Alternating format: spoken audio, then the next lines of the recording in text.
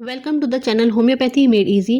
आज की हमारी वीडियो में हम बात करेंगे एक नए टॉपिक का। शायद ही आपको ये वीडियोस कहीं यूट्यूब पे दिखाई देगी। जो हमारा आज का टॉपिक है वो है जुवेनाइल इडियोपैथिक आर्थराइटिस, मतलब जोड़ों की तकलीफ या गठिया जिसे हम कहते हैं। ये अगर बच्चों में मिले तो इस डिसीज़ को हम कहते हैं जुवेनाइल इडियोपैथिक आर्थराइटिस। जुवेनाइल माने बच्चों में, और इडियोपैथिक का मतलब है कि ये स्पॉन्टेनियस डिसीज़ है। इसका जो रीज़न है, क्या वजह से ये बीमारी होती है, वो अननोन है, हमें पता नहीं है कि बीमारी क्यों होती है। और arthritis means inflammation of the joints या गठिया। अगर गठिया बच्चों में देखने के लिए मिले, ये बहुत ही कॉमन डिसीज़ है, बच्चों में मिलती है, लेकिन आपको कहीं पे भी इसके बारे में ज़्यादा जिक्र नहीं मिलेगा। और होम्योपैथी इस तकलीफ़ को, इस परेशानी को बहुत ही वेल मेंटेन करती है, क्योंकि जो भी पेन से रिलेटेड डिसीजेज होती है जिसमें दर्द होता है, तो एलोपैथिक सिस्टम ऑफ मेडिसिन में, मॉडर्न सिस्टम ऑफ मेडिसिन में, उसमें पेन किलर्स के अलावा और कोई ट्रीटमेंट नहीं होता। तो ऐसी कंडीशन में जो क्रोनिक कंडीशंस होती हैं विद पेन, उसको होम्योपैथिक बहुत अच्छे तरीके से डील करती है।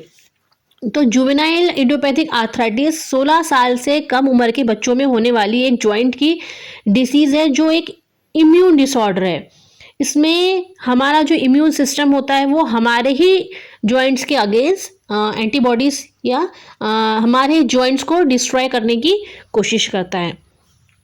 इसमें जो सिम्टम हमें देखने को मिलते हैं, क्योंकि एक आर्थराइटिस कंडीशन है, आपको परसिस्टेंट जॉइंट पेन मिलेगा। जॉइंट्स जो होते हैं, जो जोड़ होते हैं, उसमें कंटिन्यू दर्द मिलेगा, सूजन आएगी जोड़ों में, और स्टिफनेस रहेगी, कड़क रहेंगे जॉइंट्स। और साथ साथ में कई बार उन्हें बच्चों में जो है बुखार और रैशेस भी आते हैं जॉइंट्स के इन्फ्लामेशन के साथ साथ में। अगर टाइप्स की बात करें तो ये जो आर्थराइटिस, जुवेनाइल आर्थराइटिस है, ये डिपेंडिंग अपॉन कि ये कौन से जॉइंट्स को, कितने जॉइंट्स को बॉडी के इफेक्ट कर रहा है, इसे हम ओलिगो आर्थराइटिस, पॉली आर्थराइटिस और सिस्टमिक आर्थराइटिस में डिवाइड करते हैं। अगर कुछ ही जॉइंट अगर इससे इफेक्टेड है तो उसे हम ओलिगो आर्थराइटिस कहते हैं। अगर ज़्यादा कई सारे जॉइंट्स इफेक्टेड हैं तो हम इसे पॉली आर्थराइटिस कहते हैं। और अगर सारी बॉडी में ही इन्फ्लामेशन है, सारी बॉडी के जॉइंट्स ही अगर इसने कवर कर लिए हैं, तो ये सिस्टमिक आर्थराइटिस कहलाता है। क्योंकि ये डिसीज़ बच्चों में होती है, तो हो सकता है कि छोटे बच्चे आपको सिम्टम ना बता पाए कि उन्हें दर्द हो रहा है, या तो आप सबसे पहले क्या साइन दिखेगा, आप कैसे पहचानोगे कि आपके बच्चों को ये कंडीशन है। जब बच्चा सुबह उठेगा तो वो लंगड़ाता हुआ उठेगा, लिम्पिंग आपको दिखेगी, स्पेशली इन द मॉर्निंग।